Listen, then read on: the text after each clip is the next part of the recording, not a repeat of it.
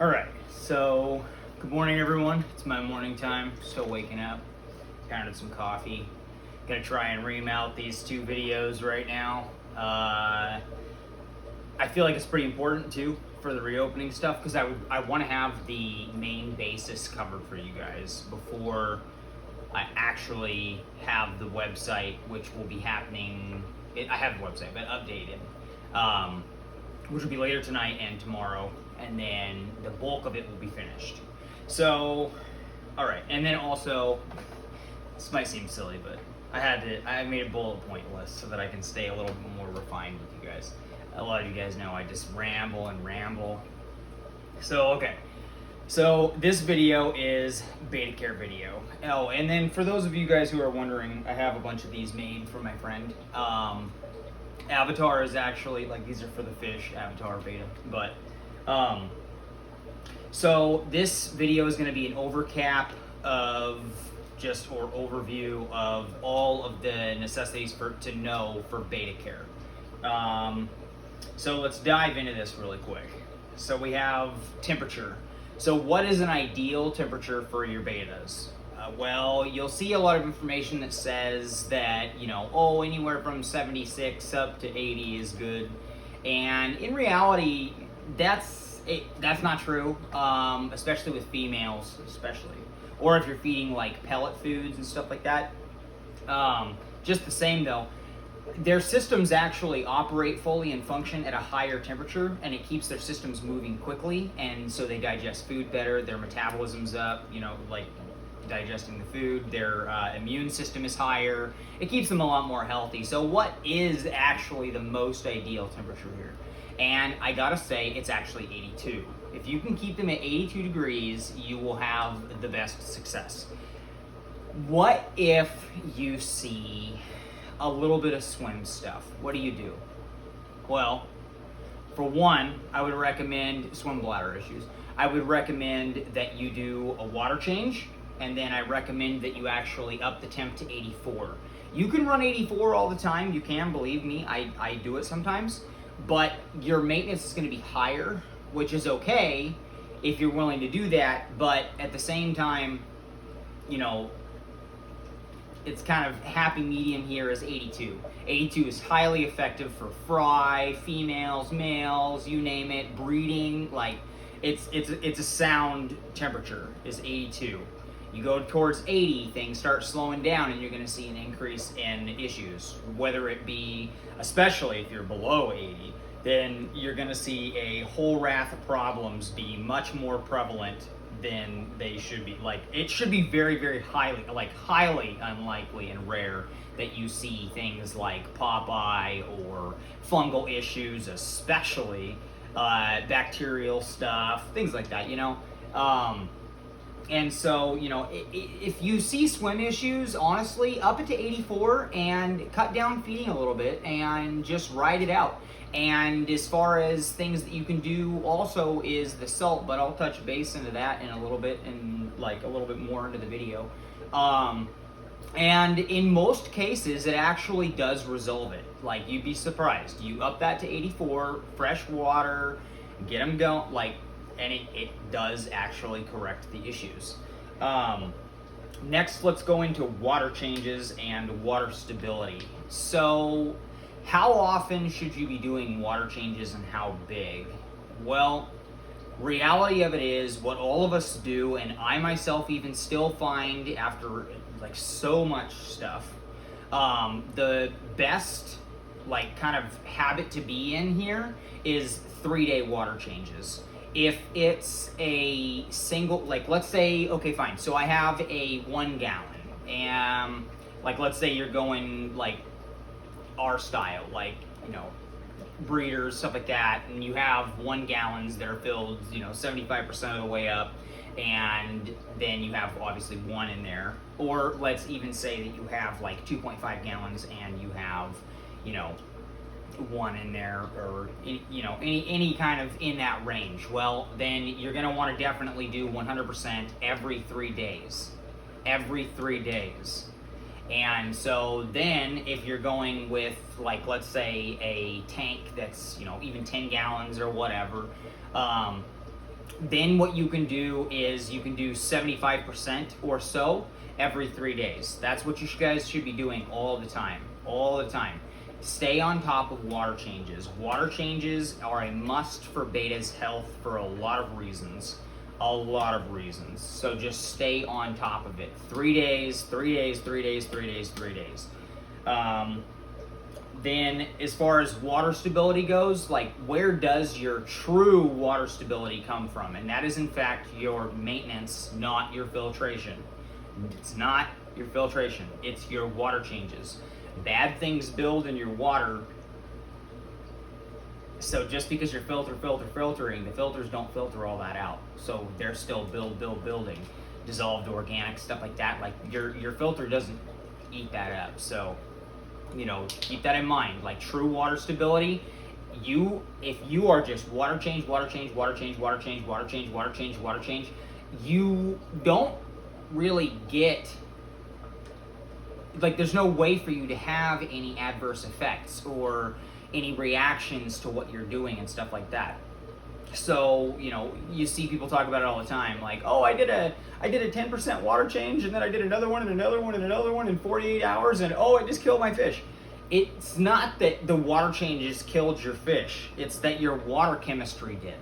So because you had such high dissolved organics and everything else, and you probably were even adding too high of a KH water too basic water to your high dissolved organics, probably pretty acidic at that point, water, you caused a gas effect, and all the buildup in the bottom, which brings me to my next thing, caused a kick up of gas, and so you effectively gassed out your fish, and that's something that happens a lot. Like, it happens a lot. That's one of the things that was a little bit further down the list, but I guess since we're already there, I'll just have it here now.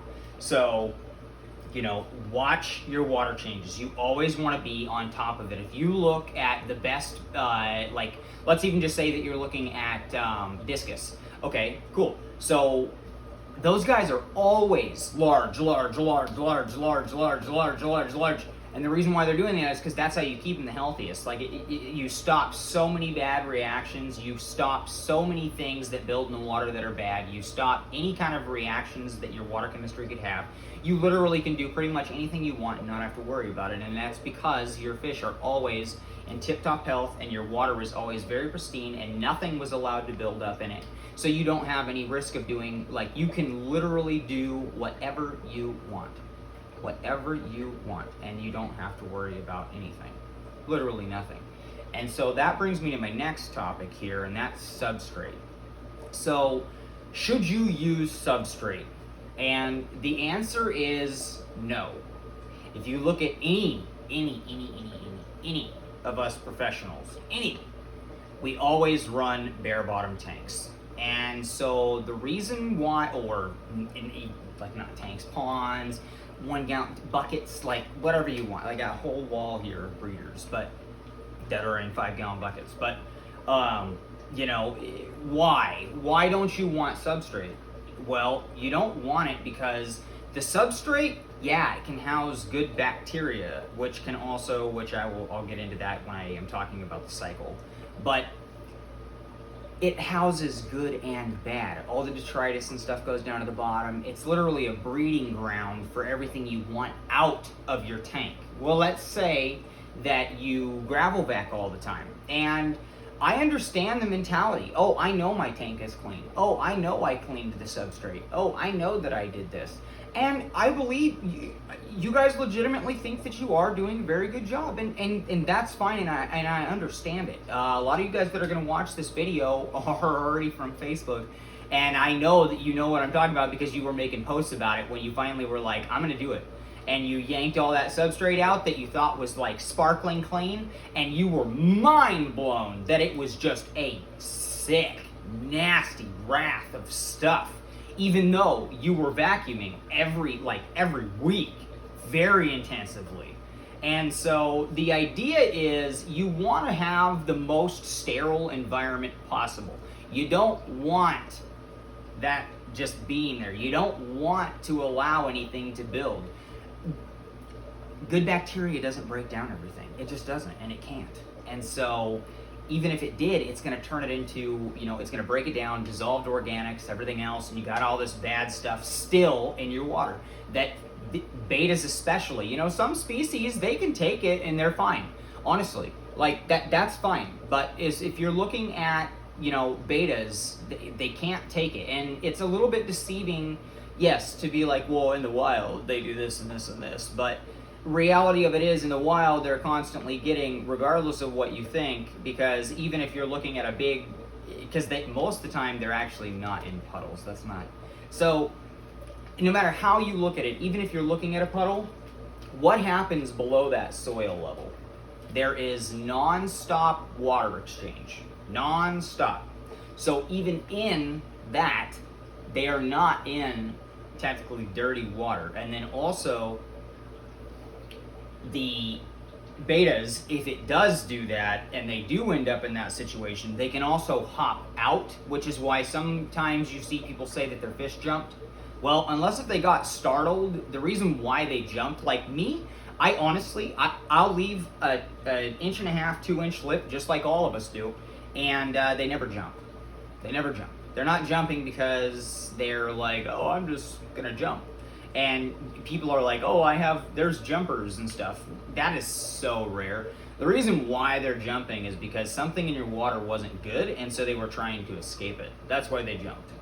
They can jump when they're excited and stuff like that, and that's fine. But if you're just, there's the tank or whatever body of water you have, and they magically jumped out, it's not because they were just going to jump out. It's because something that you couldn't read, and I got news for a lot of you guys too. The API Master Test Kit does not actually test for most of the stuff that actually is going to make your beta jump. Period. It just doesn't. So betas as a whole are actually pretty tolerant to a lot of like high nitrates, high nitrites even, and ammonia and stuff like that. Like they can pretty well fare off if they're healthy in a lot of those conditions that are like that. But what they can't do is they can't actually, like, if your water has a lot of gas buildup, if it, the dissolved organics, which you cannot test for like that, if those are too high too, they'll get really uncomfortable. It even starts to, like, no joke, like it starts to just bog down their systems. And I know that it's not actually suffocating them, but they'll act like it is and they'll want to jump out. And so, you got all those factors kind of in there, but just the same, stay on top of your water changes. Don't use substrate. I can assure you this, in the big picture, you might, like I said before in the other videos, you are always going to see exceptions for people who can make things work, and that's fine for them. But for a big picture advisable thing to do, substrate is absolutely not something you should be doing. It is absolutely not. If it was, then we would all be doing it. If it was actually beneficial to any factor at all, we would all be doing it. Because how easy is it just for us to take in like ponds or something? How easy is it for us just to pitch it in? It's pretty easy. But you can't keep it the way you need to. So you're only going to end up with nonstop problems. And, there's that fluval, I am bad with names with that stuff, but there's like fluval, those little black beads. Those, I have had more people come to me like, the reviews were solid, what's happening? Oh geez. And those are, don't use that. Please don't use that. That stuff is, it's not good. It's not good at all.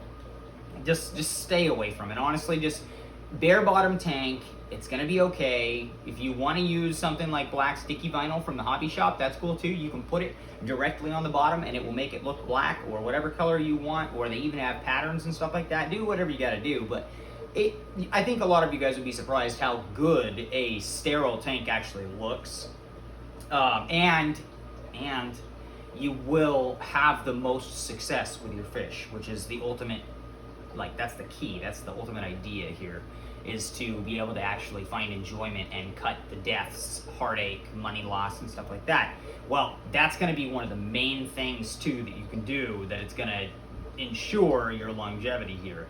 And just because you get away with it for like a couple months, I'm telling you guys that, especially that fluval stuff for plant, like the sweet spot for that seems to be 3 months. I kid you not, about 3 months, and I get people running back with so many problems. so many problems, and they'll think that their fish needs this medication and that medication. Oh, geez, it's so bad, it's so bad, it's so bad, it's so bad. They remove everything, they do 100% water change, they get everything all smoothed up, and what happens? Their fish stop. And they no meds, no nothing, and it's fixed. Like it's not the fish, it's not anything else. You are toxifying them, so you got to stop.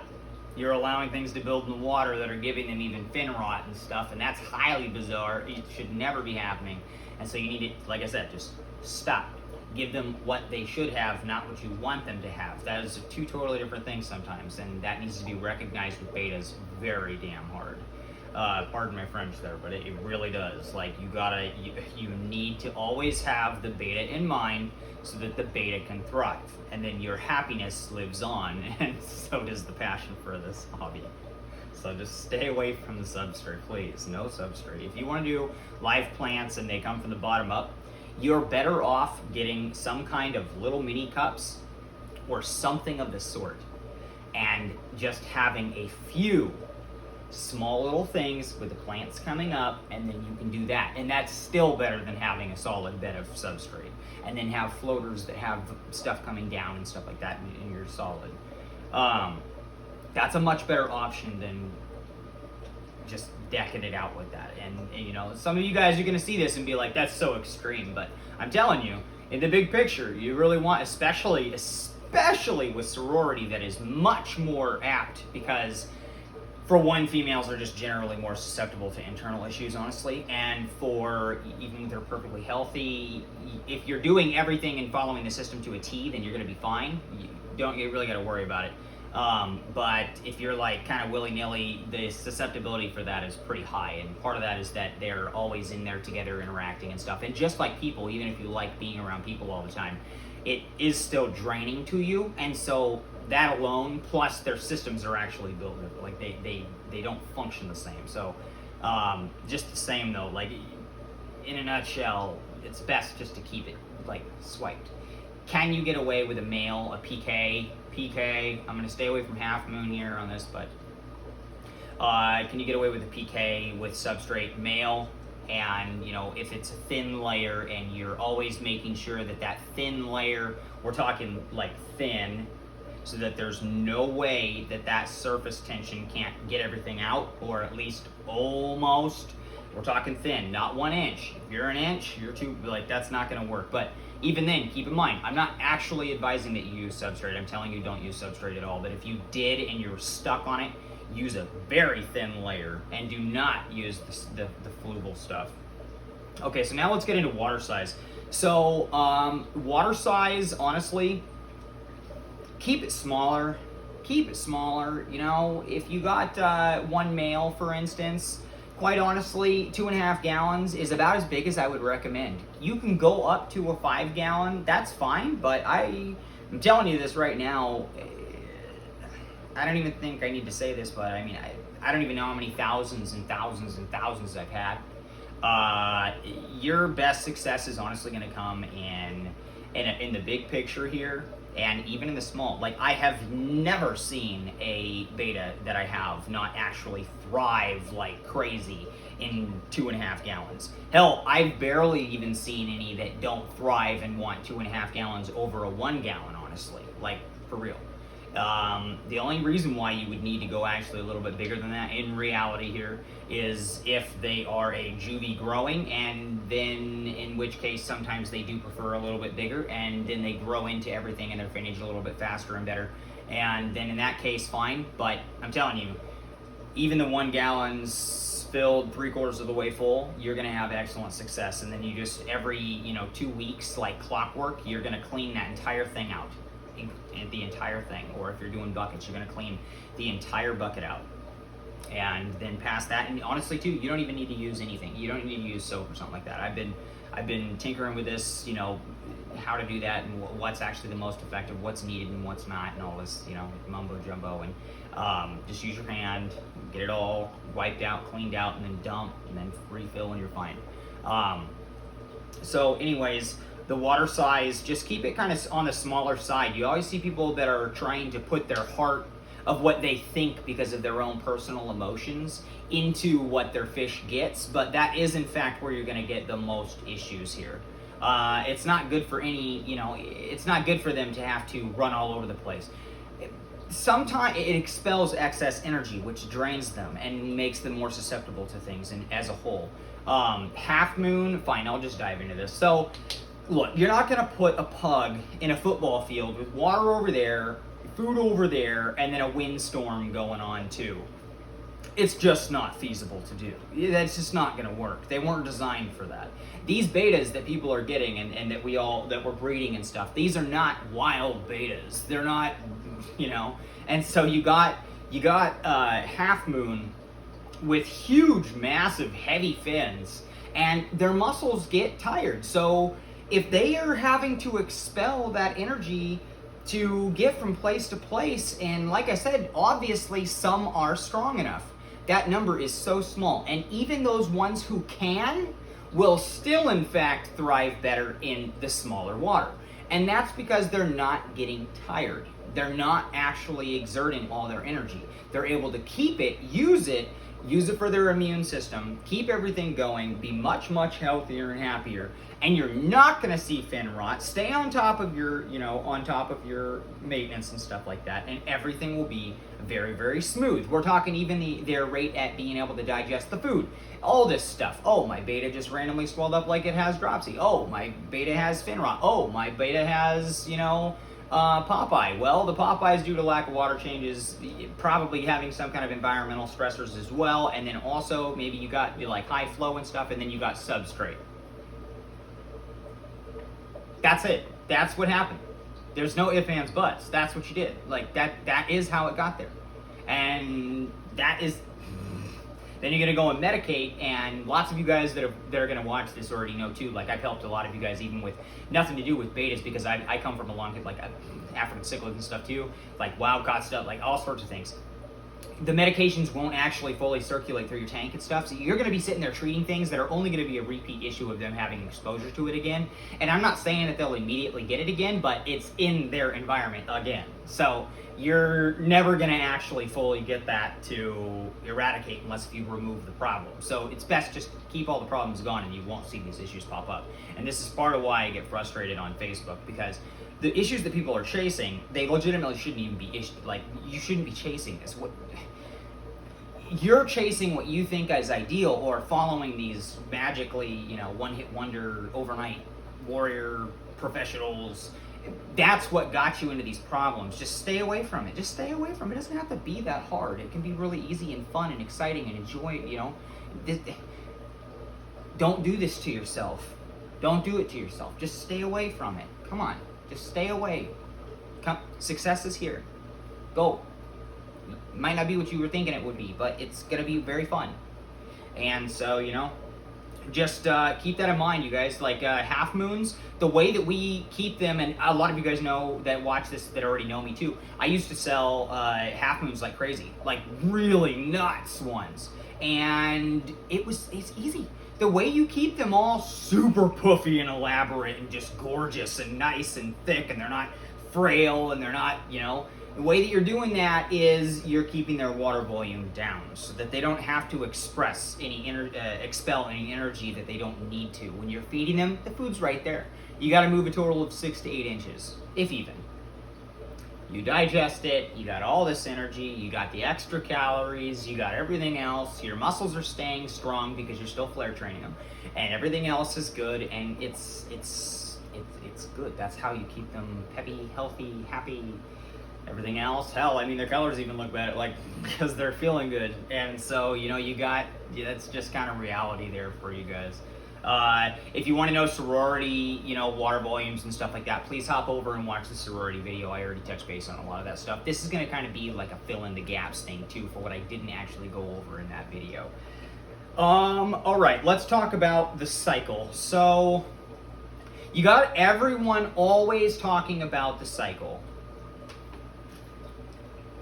You gotta cycle this. You gotta cycle that. You gotta have the filter. You gotta have, and then none of us I'm not overseas, but none of them overseas are doing this. And I myself too don't do it. Like, there's no It's nothing. I don't use them, and the reason for that is, if you're running a filter, that nitrifying bacteria doesn't actually, like I was saying before, it doesn't actually kill what is most important for you to kill and eradicate in the water for betas. It really doesn't. And so what you have instead is you have once again, just like the substrate, you have an area where the bad can build, and this causes too a lot of fungal bacterial issues, even dropsy, stuff like that. Everything is too high in the water. Your dissolved organics are also going to be much harder to fight, because just because you're doing water changes and stuff like that, that sponge filter is still going to hold on to all of that while it's trying to process it. And so you're literally just keeping a problem present in the tank all the time. And here's the main one as well. Your cycle, that bacteria doesn't thrive very well in the correct water that your betas will thrive in the best. Fact. You want fast growth. You want healthy fish. You want very resilient fish. You want, very extreme minimal issues. You don't want, a bunch of this sudden death and all that craziness going on like that. Then your water needs to be, 6 to 6.5. 7 is okay, and a cycle will obviously hold in that. It will. But like I said, you're still going to be riding that line. And then here's the next one, your extracts. So your water is going to be subjected to these acids. And so I'm telling you guys, like, the bulk of the problems that people also see in toxicity and things like that in their fish, and then they don't understand, and they're like, I don't even have any idea. It's because you're having all these partial system crashes. And sometimes, trust me, I know. I actually came from, with cichlids, I was using filters like crazy. And I realized real fast, like, I was testing. And some of these partial system crashes, they can even only last like 6 hours or so. And you're like seeing these problems, and you're like, holy cow, like, that was fast fading, and like, they look, what is going, ooh, and you see, and you're like, wow. And then, or you, for a few of them too, you don't catch it, and so your water tests out fine, and you're like, well, I don't even know, I stay, like, what's going on, this is nuts, and the water's fine, what's going on with you, like. And they were subjected to poisoning. They literally got toxified, and then the system corrected itself, but it's too late anyway. So, or odds are it is. And so, you got to keep that in mind. So you got the filters. In reality, the reason why none of us use them is because you are constantly having an exposure to, the buildup of bad. You're going to see an increase in fungal infections, increase in bacterial infections. You're going to see increase in internal issues. You're going to see like Popeye and stuff too. You're going to see all these things that are bad, very, very, very, very bad. And honestly too, if you're doing your maintenance like you should be, your filter is not going to do anything. It won't do what you think it'll do. If you're actually keeping your tank and no substrate and stuff like that, your water will always be good. It will always be fine. It's literally a useless thing. And healthy betas are able to actually fend off higher levels of ammonia, higher levels of this, higher levels of that, if they're healthy. But if they're in an environment too where it's a little bit off, that being said, huge spikes from a filter is a lot different than there is just elevated levels from the water itself, and maybe the bacteria that built up on, in my case, like sides of the pond liners and stuff like that, which is the thing, or your plastic plants and stuff like that too. Like those elevated levels are going to be fine. You're going to do your maintenance like you're supposed to, and everything stays good. And there's absolutely at that point zero reason to even test your water. Like, you don't got to do anything. You don't have to worry about anything. And so, like I said, the filters, that's why we don't use them. Serious, like, that's why we don't use them. And even some of the discus people too, you will notice that what do they do with their own filters, even because they do what I'm doing and what I'm telling you guys we all do, and what we even for discus, what we do is we all like, or what they do is they all, like, a bulk of them, like the ones that are like super nutty and have all these huge systems, they'll nuke it with potassium permanganate, even the filter. And then they will throw the hydrogen peroxide in there and neutralize it all and continue out their business. And the reason why they're confident in doing that and everything else is because it legitimately doesn't matter. Just stay on top of your water changes. Just water change, water change, water change. It's always going to be where your best success is. No joke. It cuts down on even like let's say that you don't get your fish from me and they didn't preventatively treat them, or who knows, maybe you introduced plants or something from a pet shop and it had parasites. Odds are pretty high. They're going around just plugging in fish tanks and just wiping on a towel and grabbing the plants, and you're bringing them home and putting them in the. It's a mess. Like, that's the worst thing you could do. But so what you're doing effectively is you're keeping the parasitic load down. You're keeping the bacteria level down. You're keeping the fungal level down, and it should never be able to climb because you're always just down, and there's no way for it to actually build. So, anyways, enough of the cycle stuff. Let's talk on salt. So, salt is extremely good to be using for betas, and for a lot of reasons, but it's mostly like a preventative, I guess you could call it.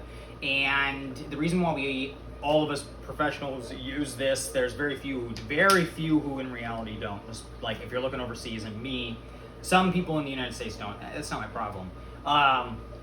In any case though, no, it will not toxify your fish. It really won't, unless if you put too much.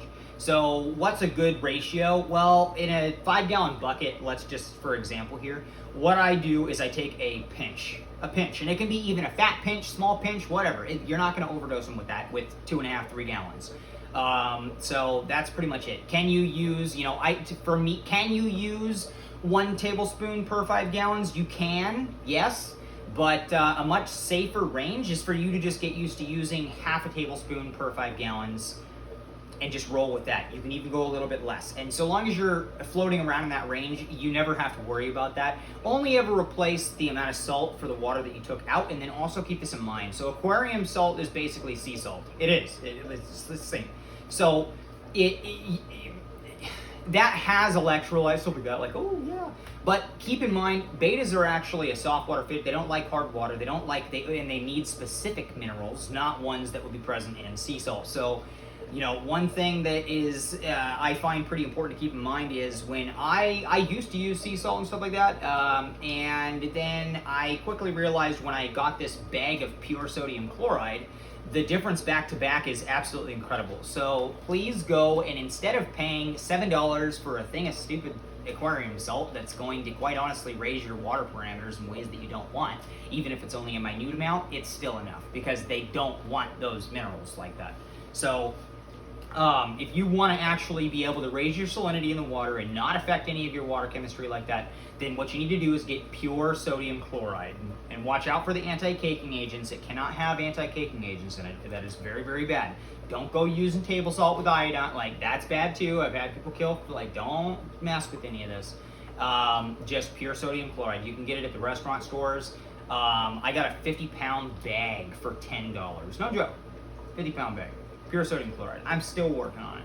So, like I said, that's pretty much it for that as far as what you want to use. Just general rule of thumb, just stick with half tablespoon per 5 gallons. That's a pretty good ratio and stuff like that. Some of your plants, if you do live plants, might be a little bit touchy to that, and that's fine. Then just use a little bit less if you're going to use live plants, which is the next thing that I should put down that I didn't, but that's fine. So let's just get into live plants here. Live plants, like I just mentioned a little bit earlier, live plants are ultimately good and bad. They are not just cute little butterflies, oh, it's innocent, and good. There is a lot of bad that comes into that. There's a lot of decaying plant matter. It raises your dissolved organics, everything else. It also brings in and harbors fungus, bacteria, parasites, stuff like that, especially if they come from a place that had fish. Keep these things in mind, guys, because it doesn't actually pan out most oftentimes, especially, here's the kicker. So if you're raising fry, fine. If you can guarantee that the plants didn't have anything that was bad, at least, because they will still have bacteria and stuff like. So if you're going to do that, only do it for fry or juvies or something like that is my recommendation as a professional. As a professional, you do what you want, but keep these things in mind. you're going to get a lot of dissolved matter from those, a lot of shedding and stuff like that, and it's going to make your water chemistry better, and it's also going to make it a little bit worse in some ways. So just kind of watch that. I mean, honestly, it's kind of to each their own, and it's a kind of an assumed risk when you're doing it. And also, Fry and Juvies have a much faster system, so their internals are way less likely, which is what's most likely often to happen with that, is internal issues. And whether or not it's what they call a sorority killer, which is an internal bacteria that literally just, they start pooping like weird white tan poop, and that's a whole nother mess. Just avoid it. Don't avoid it. It's easy enough. Don't bend the rules. That's what I got to say. Even a healthy beta can get that if you bend the rules. It's as easy even as stressing them out a little bit too much with very high GH water. Just stay away from it. It's not good. If you know, it's something that it's a mess. So let's just stay out of that one. Just keep in mind that live plants have assumed risk. And then also keep in mind that you can't chase what the plants want, you gotta chase what the betas need. That should be your number one rule. If you don't use, like for this, I don't have salt in there because I got the plants. Well, that's fine, but what I do have is banana leaves. Naturally dried on the tree banana leaves. So, and they're all organic, and those are highly antifungal, and then I have guava in there, highly antibacterial. So you gotta like, just I'm telling you, and those won't affect the plants negatively, but they also allow me to still get the effect that I need. So just keep these kind of things in mind. Fake plants, honestly, I don't think I need to really go into that. They are fine. So they're fine. Just doesn't need to be spoken about. It's the safest alternative. So if you are like, what do I do? Then fake plants.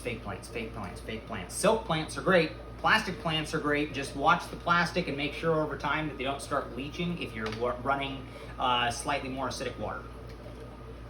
Pretty easy.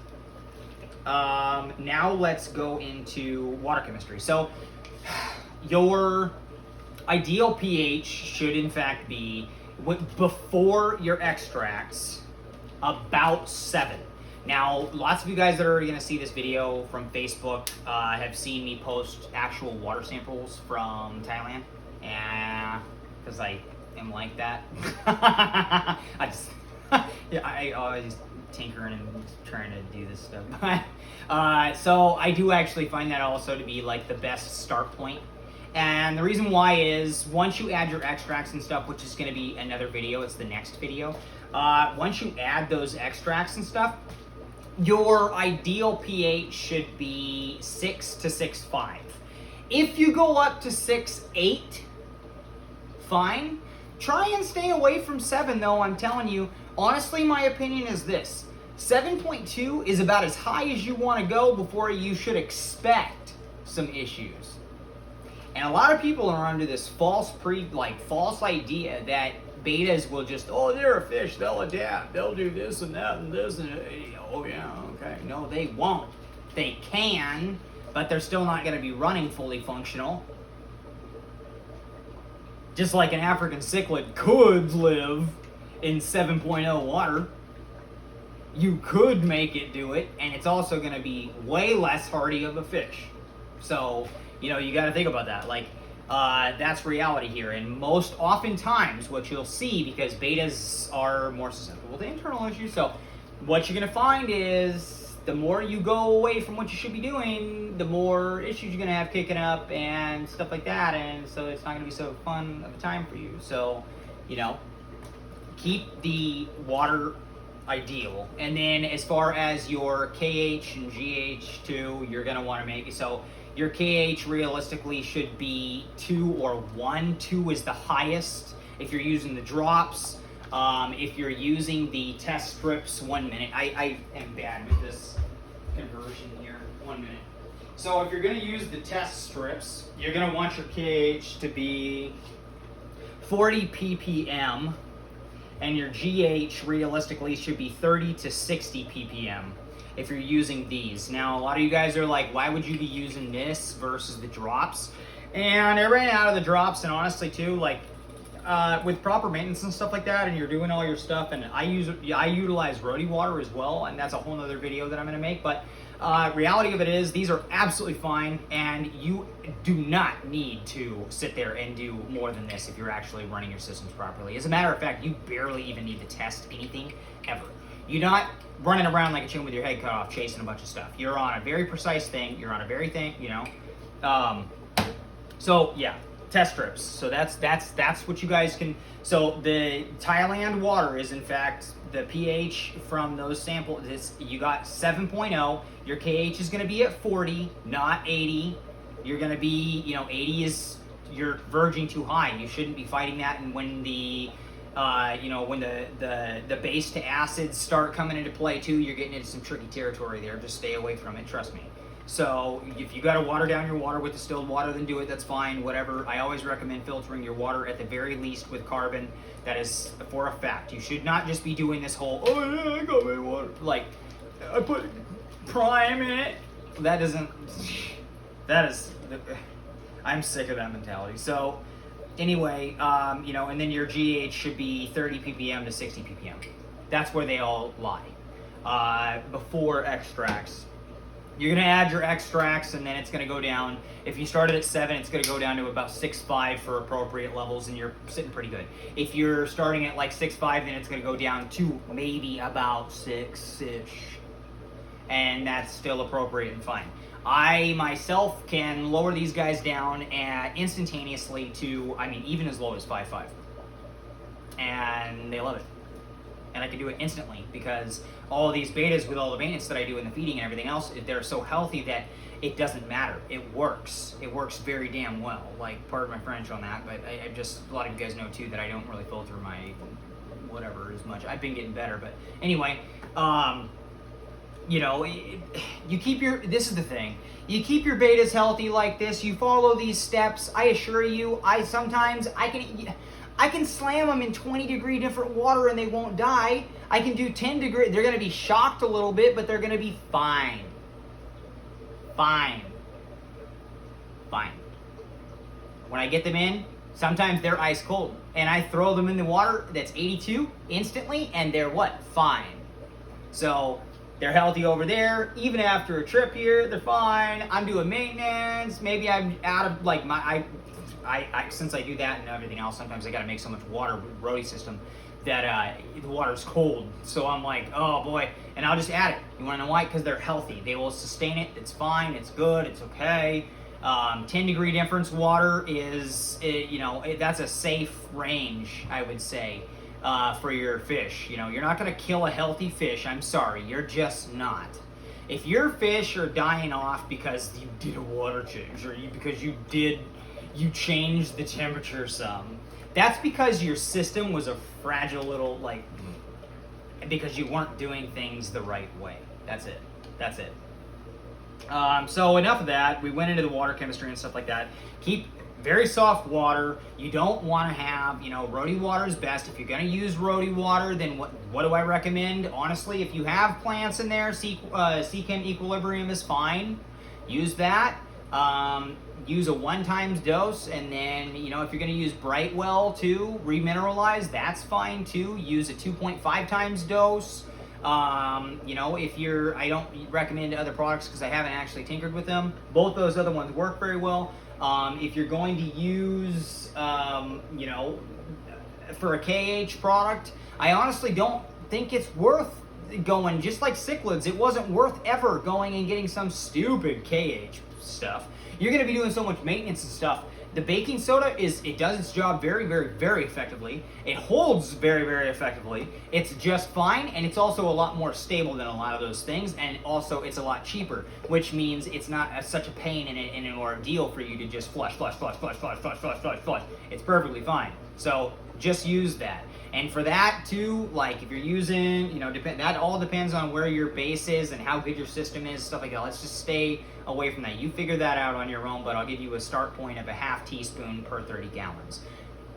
Take with that what you want, and you go from there, and you find out where you need to go in order to get your pH where it needs to go. That's on you, not me.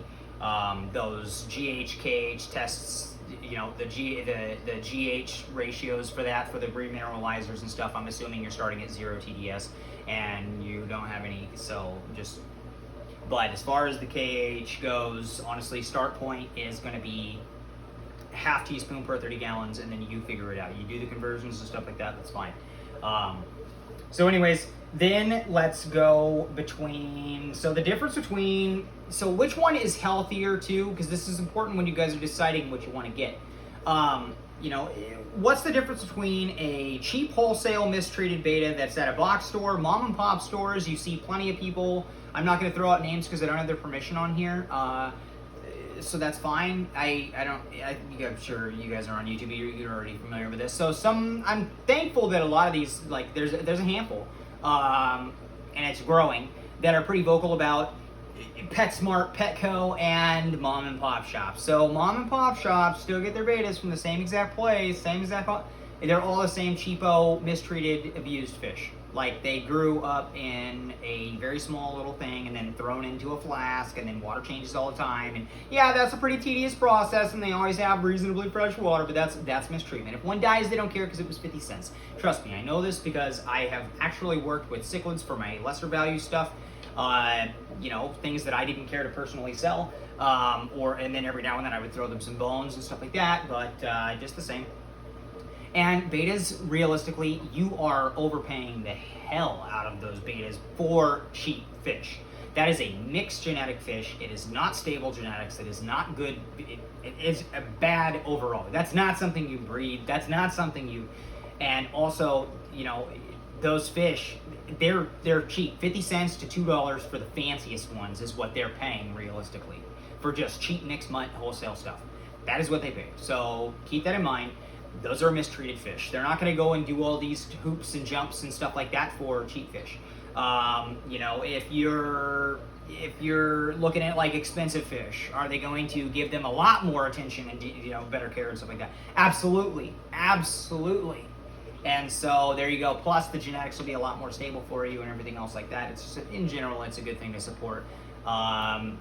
People who actually, give it, what, versus people who don't. Dime a dozen, it dies, who cares? So, just the same.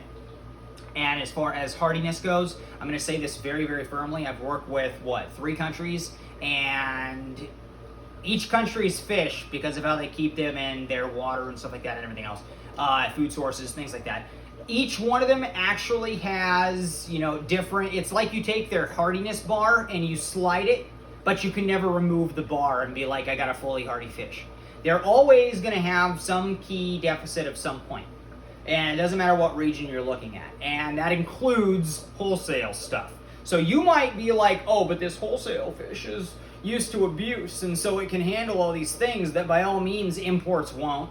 So like expensive imports that were properly cared for, extracts all the time, everything else, they won't do that. But they're also a lot weaker in a lot of other aspects. So because they were abused their whole, and not to say you can't have like a super hardy cheapo fish. You absolutely can, because the ones that lived are the survivors of abuse. So that being said, you get the same thing. There is no safe spot. So for those of you guys who are kind of wondering too, oh well, I want the hardiest, happiest, healthiest fish and stuff like that, there is no safe spot you can go to just be like, oh well, I have the healthiest fish. Obviously these ones are cared for much better. But if you're magically just viewing it like there's no disease, there's no nothing else, and I have perfectly happy, healthy fish right now, just say, is there actually a safe spot? The answer is no. Everything it's a bar. You're gonna have to slide the bar and it won't ever remove. And that is reality here. So extracts, please make sure you're using the extracts. A lot, they're extremely important. There's a reason why I'm always using them. There's a reason why, overseas is always using them. Use them. And then also keep in mind, if you're using trash water, don't expect the extracts to do what they're supposed to do. The reason why any almond leaves, any of these, I'll touch base on all that in the extract videos. The reason why they're effective is because you're starting at ideal water to start, 7.0, maybe even a little less. and then the acids and everything else and the compounds are able to do their job, because in reality the reason why they're so effective in antifungal and stuff like that is because the water is acidic. It's not because, you know, only the leaves, it's because they created the right environment for the leaves to be the most effective, which there is compounds in them that are antibacterial, are antifungal, are even antiparasitic, honestly. And so, you know, it doesn't do all the parasite, but it that and salt, and it's pretty good. So, you know, it's not a solve all, but it is a very good preventative, that's for sure. You know, it also keeps their internals functioning and stuff like that. You know, as you get out of unideal water parameters and stuff like that, their internals slow down. They start shutting down as a whole. And I don't care if you've adapted them or not, they will not, in fact, be operating at full capacity here. So just please always use the extracts. I'm gonna make an extract video, and it's important for you guys to watch it.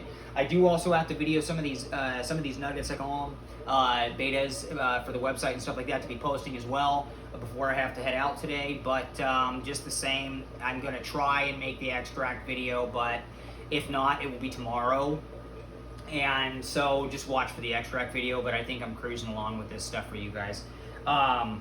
Use the extracts. I'm going to go very in-depth with what to use, why, when, how, what benefits for what, and stuff like that. Just watch the extract video, but it's very, very, very important. Very important. So let's just look at preconditioning, for example. Actually, I put touch base on there. So, all right. Preconditioning your betas. So the reason why preconditioning your betas is so effective is because you're getting them into breeding condition, you're getting them to the healthiest state that they can be. And the way that you properly precondition them is in fact lowering your water all the way down to like 6-ish and extremely high extracts. You're, you know, feeding live foods all the time. Frozen food, if you want, is doable, but not as good as live. Stuff like that, you know. You want no stimulation from the outside. You're keeping them in a bucket, or you're keeping them blinded on all sides.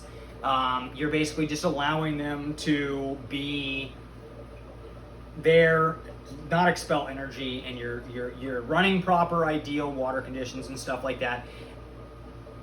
The reason why that cuts down on aggression, and boy does it do it, the reason why it cuts down on that and it actually gets them to make more eggs, it increases fertility, it increases all these things, even color.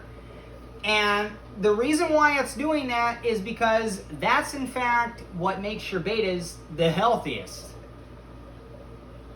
Where I run my water and the way that I treat my betas is they are just under, and technically I still could. I could take any one of these and just be like, here you go, breed.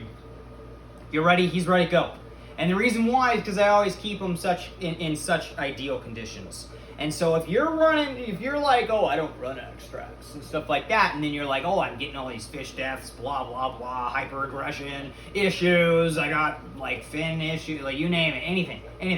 Yeah, low fertility, my spawn was 50, like that's a you issue, not a fit, like. So, you know, just keep that in mind. Give them what they want, and that's actually their healthiest. These tools that I'm giving you guys here, these are your bread and butter. This is like your must-follow thing for betas. And if this video is a little long for you, I'm sorry, but I'm actually not sorry, because this is supposed to be your place to actually learn and listen to a professional and be able to actually get the information in a one-shot person right here, right now, that works with people nonstop overseas, has a lot of respect overseas. This is it. You guys can even see it, as a matter of fact, when I'm posting out and about, that breeders are supportive of what I teach. Very supportive. So keep this in mind. Like, so, you know, you just, food. Let's touch base on food. I already touched base on hardiness and water issues and stuff like that. So let's look at food. What is actually ideal? Don't go with cheapo processed food. If you're going to go with food, make sure that the ingredient list is good. Very, very minimal, if any, fillers. Some is okay if it has a bulk of everything else, very good and stuff like that. But you want to make sure that the pellets are not... Flakes, I find that they just they're not really that interested in it most of the time, so I'm just going to stay away from that. A lot of people say that they like bug bites, but I'm here to tell you to, let's just throw this out there real fast. I'm here to tell you right now that there are drastically associated with internal issues on the big picture. There might be a big fan base for it, but it's in fact not that advisable.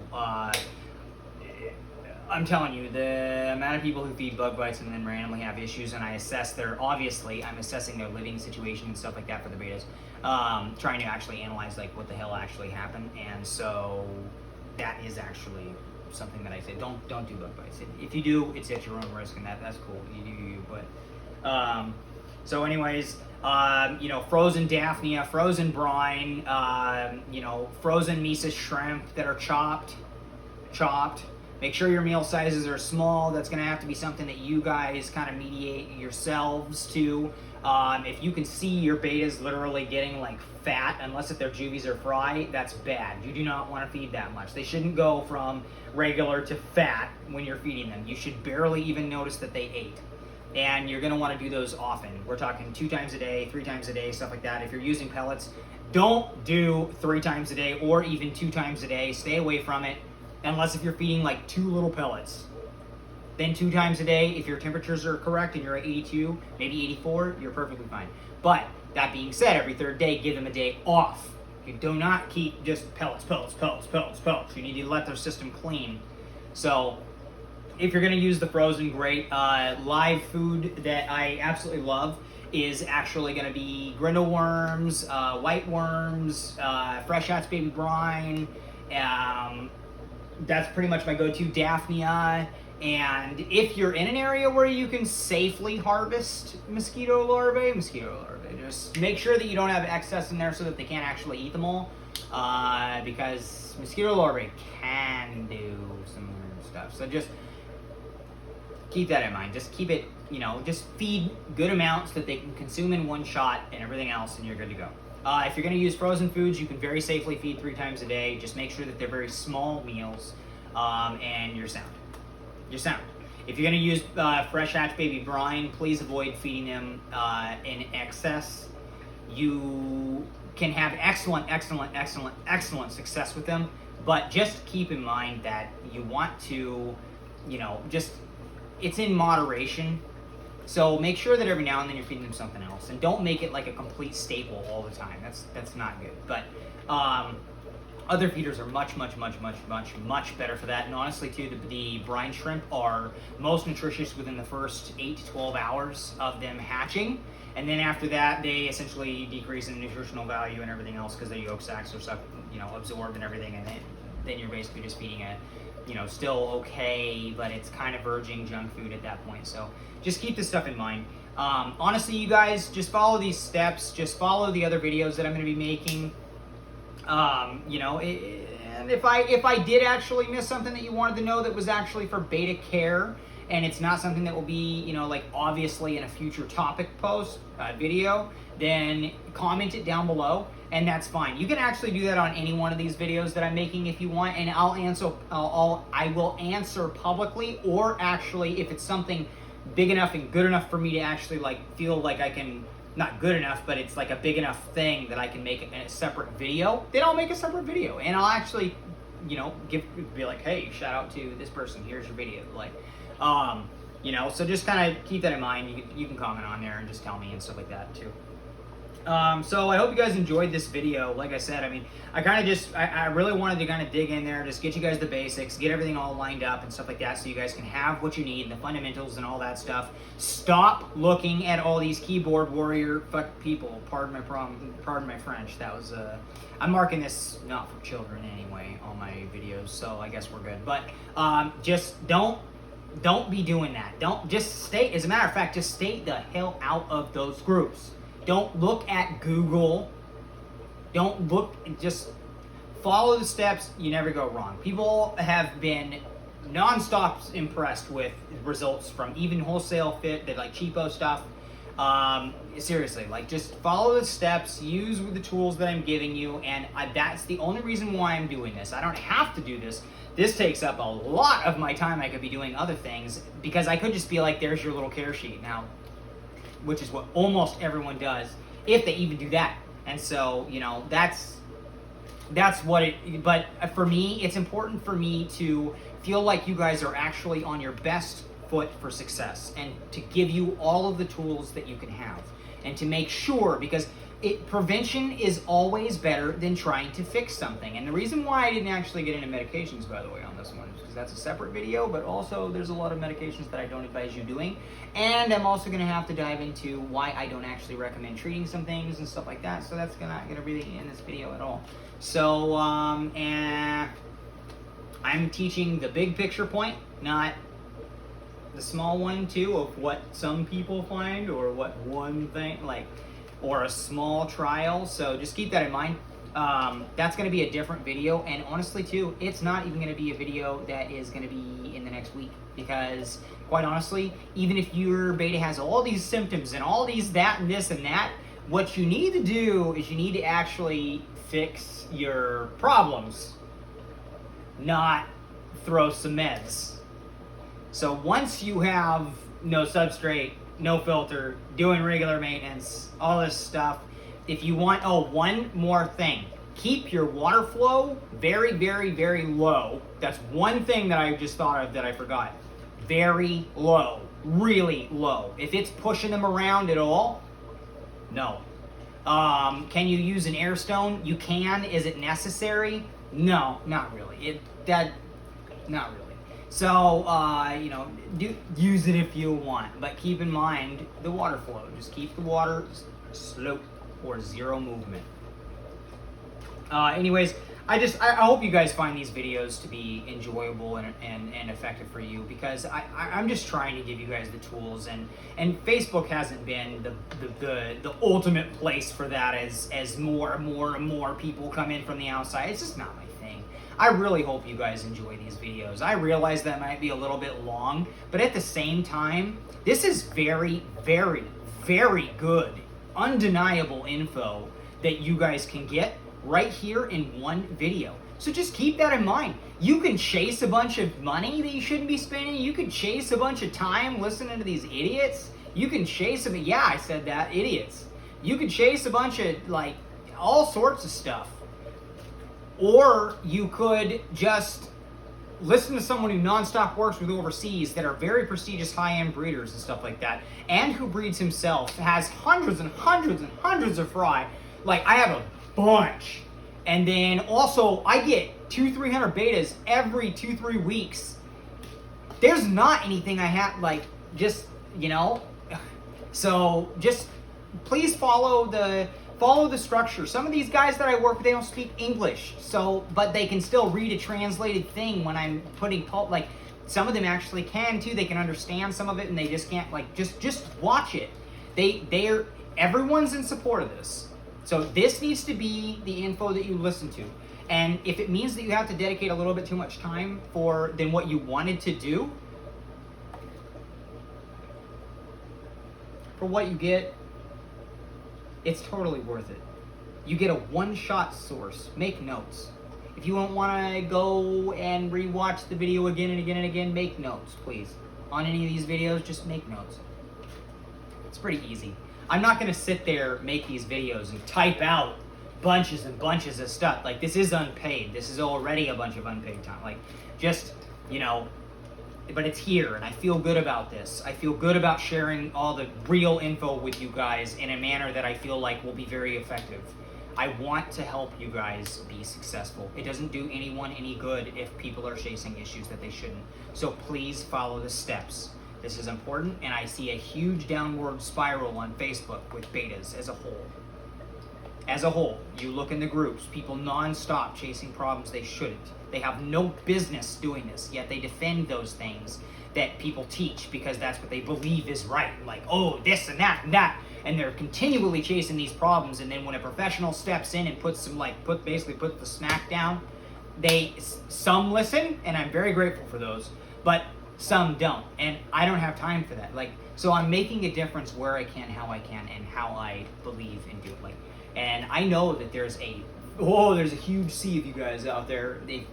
Some of you guys that unfortunately, some of them don't like Facebook and stuff, but they've already watched all my other videos, and they already do the things, and they made the changes, and they've seen the experience, they've seen the differences and everything else. I'm going to end this video though, because I think it's going on, and I don't really think I got to talk about this more. I'm doing this out of passion and love. most professionals, they don't give a shit because it's unpaid time and they don't care. And quite honestly, you buy more betas is how they view it. When I view it as heartache and a dampening of the hobby and nonstop issues and just BS that shouldn't exist. This can be fun. It can be very minimal loss. It can be or none, or it can be all these things. And it's important to defend that, and that's what we're doing here. That is what we're doing here. So, you know, if you're a troll or something like that too on Facebook that manages to find, or YouTube that manages to find this, you're gonna be ignored. I don't care. This is only to get the information out there. You don't like it? Tough. So, refrain from commenting if you don't have anything good to say or something like that, or it's not peppy, or quite honestly, don't comment at all. I don't care. If you're someone that I know, I'm always going to message you back. Or if you're someone who has a good question for me, or something that shows that shows me you're engaging in this, and you're thinking about it, and your wheels are turning, and you're trying to understand something. A lot of you guys already know I will always come to you and actually bring that to the park with you. I will always. I do it nonstop, even on holidays. My Christmas was so just, you know. Anyways, I hope you guys have a good day.